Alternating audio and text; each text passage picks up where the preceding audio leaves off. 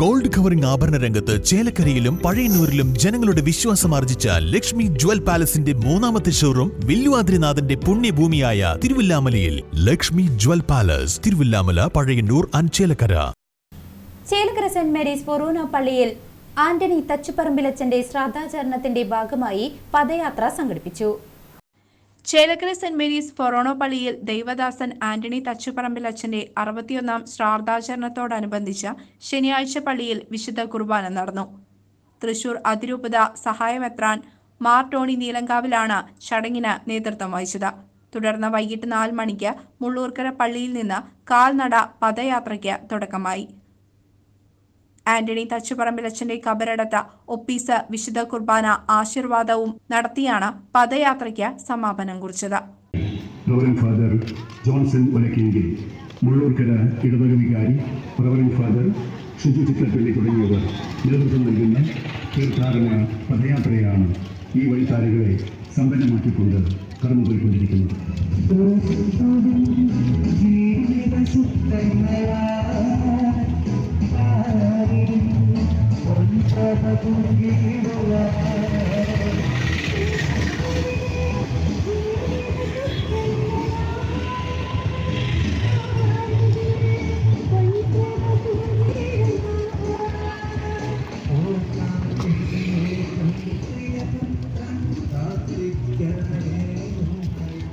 പുണ്യചരിതനായ ആന്റണി തച്ചുപറമ്പിലച്ചൻ തന്റെ സാമൂഹ്യ ശുശ്രൂഷകൾ ജാതി മത വർഗ വർണ്ണ പരിഗണനകൾക്ക് അതീതമായിട്ടാണ് പ്രവർത്തിച്ചിരുന്നത്. 1930-ൽ ചേലക്കരയിൽ LP സ്കൂൾ ആരംഭിക്കുമ്പോൾ ഇവിടെ കത്തോലിക്ക കുടുംബങ്ങളുടെ എണ്ണം 10,000 മാത്രമായിരുന്നു.